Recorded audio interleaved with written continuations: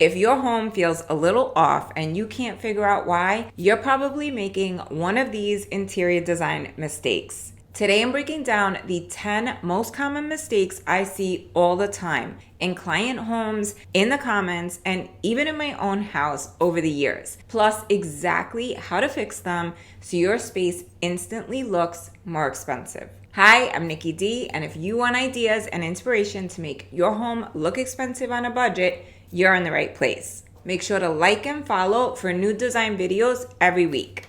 Now let's jump right in because I promise at least one of these design mistakes is happening inside your home right now. Mistake number 1 is not knowing your design style. This is the biggest mistake I see. People start buying random pieces at HomeGoods or online without knowing their style. And then the room feels disconnected or off when they put everything together. Now to fix this, I linked a free design quiz below that'll point you in the right direction. You also want to create a vibe mood board of the look and feel that you're after. Then you want to pick 2 to 3 stores that match the style that you're after for your room. This will keep your room cohesive and expensive looking. Don't worry if the stores that you like are expensive because you could always do a reverse image search to find the look for less. Mistake number 2 is not making a mood board first. This is an important step. You cannot decorate your home without seeing everything together first. This is where people overspend and buy things that don't work or you don't need. You want to look at everything together, not individual pieces.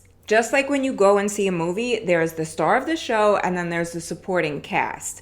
Think of your room like that. Not every single piece has to be unique or original. This is how you make a statement in your room and create a focal point, and then the other pieces can just fade into the background. To fix this, create a simple Canva mood board. It's a free program and you just add all the images of your rug, sofa, lighting, pillows, everything. So anything that's gonna go in your room, you pull it all together and create a mood board. This helps you to visualize and see the colors, textures, and shapes all together before you commit. This is also something I teach in detail inside my course, Design a Home 101. The link is below if you wanna sign up and learn more. Mistake number 3 is not creating a floor plan.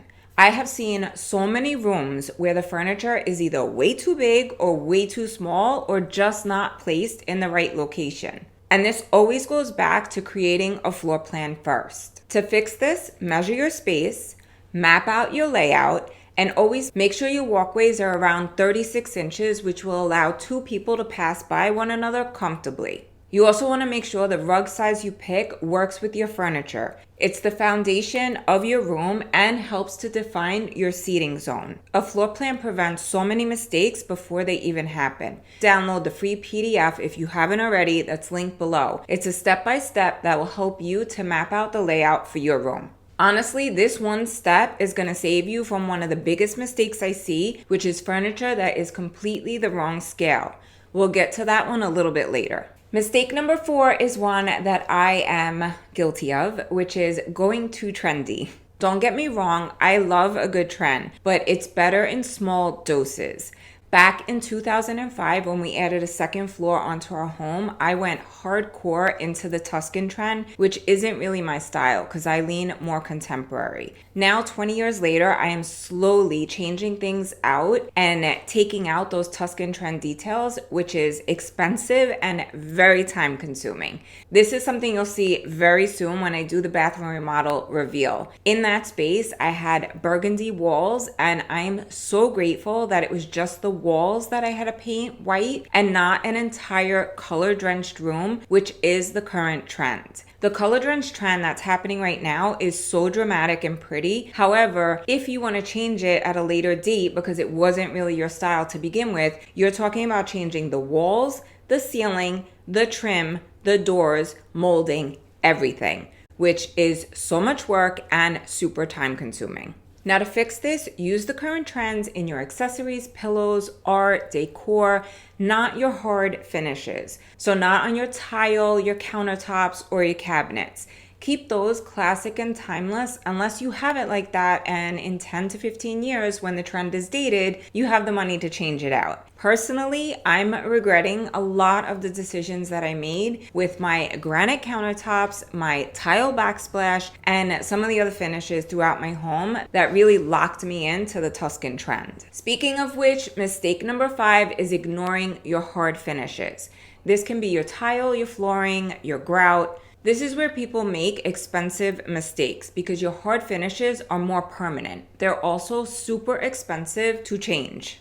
To fix this, you have to match the undertones that you have in your existing space. For example, I want to paint my kitchen cabinets, but I can't go with a stark white because I don't plan on changing my brown granite countertops. So when the kitchen cabinets get painted, most likely they're going to be classic gray, which is a grayish color, and it's softer than going stark white. And this is a problem that I'm having when it comes to matching the subway tiles because I can't go with white. I'm gonna have to go with an off-white, but I don't want it to be too yellow. So this is where you start to get into having problems. This is why it's so important to go with neutral hard finishes whenever possible, because it's going to make it so much easier to just add accent colors and you really can go in any direction. But if you lock yourself in with a brown or a beige, you really have to stick with that color family and undertone or your space is going to look off. A mistake we made with hard finishes in the master bath that's getting remodeled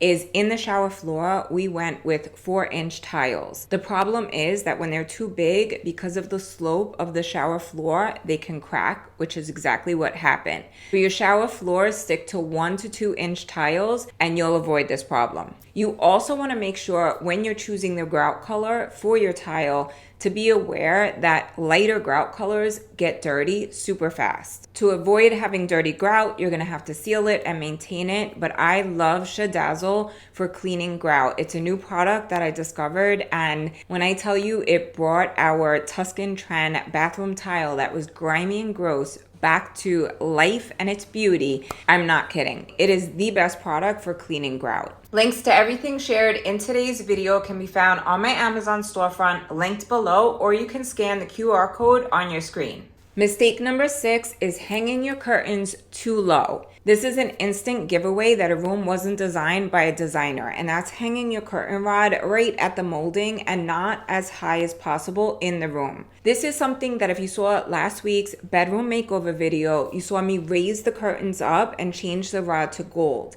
That draws the eye up and expands your windows. So instead of having the stack come inside the windowsill, I extended the rod out 8 inches. So now the stack doesn't cover the window, which allows more light to come into the room and makes it brighter and more open. Ideally, you want to hang your curtain rod 1 to 4 inches down from the ceiling. You also want to extend the rod wider than your window so that the curtains don't block the glass. This makes the room look taller, brighter, and more expensive. Mistake number 7 is hanging your art at the wrong height. Most people hang their art either too high or too low. It's also very common to see pieces that are too small. This one detail can make or break a space. To fix this, center your artwork about 60 inches from the floor to the center of the piece. This is going to be eye level and it's going to be visually pleasing in a space. If the art is going above a piece of furniture like a sofa or a console table,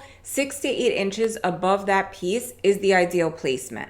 This is going to make your space look elevated and like it was styled by a designer.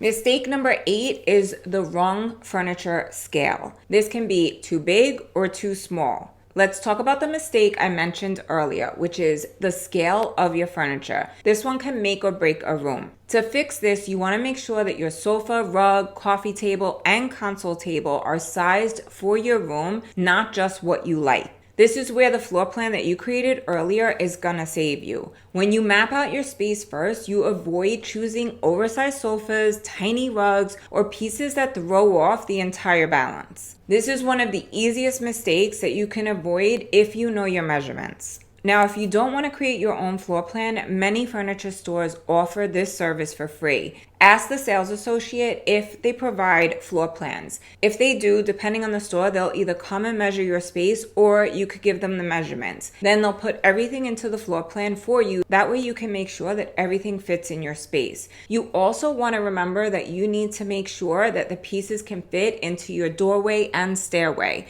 I have had experiences where people would buy pieces of furniture and they couldn't get it into their home. It happens very often in urban spaces. Then you have to hire a company to take apart the sofa and put it back together, which can be quite expensive. So this is something you really want to avoid. Mistake number 9 is having too many decor pieces. This can really make a home feel cheap very fast. Maximalism is a design trend, but this goes beyond it. It's having too many tchotchke pieces, too many cluttered items that really can cheapen the look of your home. A bunch of tiny things scattered all around is not going to give you that elevated look that you're going for. Now, to fix this, you want to choose larger anchor pieces and group your decor in threes. You also want to add height and texture. Not everything should be the same material or finish. You also don't want to have everything at the same height. So you want to have some larger pieces and then mixed in with smaller pieces that creates visual interest. Don't be afraid to leave empty spaces. You want to let your surfaces breathe. Edit your decor and remember, less is more.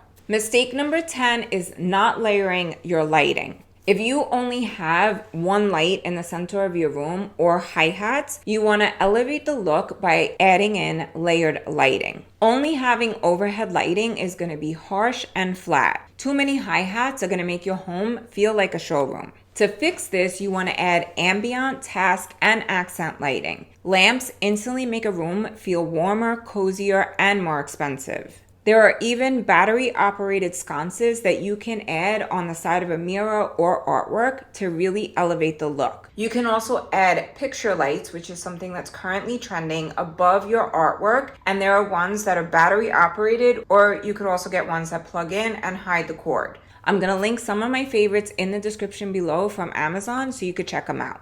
If you have plain overhead lighting in your room, this is a simple fix that will really make a big impact. I'm giving you a little preview of what's to come in the bathroom remodel. We had these boring overhead light fixtures and dated sconces above the mirrors. We changed both of those out. On the ceiling, we went with bubble semi-flush light fixtures and mixed metal sconces above the mirrors, and it really just elevated the look and added that wow factor we were going for. Now I want to hear from you. Let me know in the comments which mistake surprised you the most and which one you're fixing first in your home. And if you want help planning your room step by step, make sure you check out my course, Design a Home 101. I'll walk you through creating your color palette, mood boards, floor plan, and styling your room from start to finish. Everything from today's video is linked below, or you can scan the QR code on your screen. If you enjoyed this video, please give it a like, share it with a friend, and subscribe to the channel for more decorating ideas every week. For more design ideas and inspiration, watch this video next. Love you all so much, and until then, happy designing. Ciao.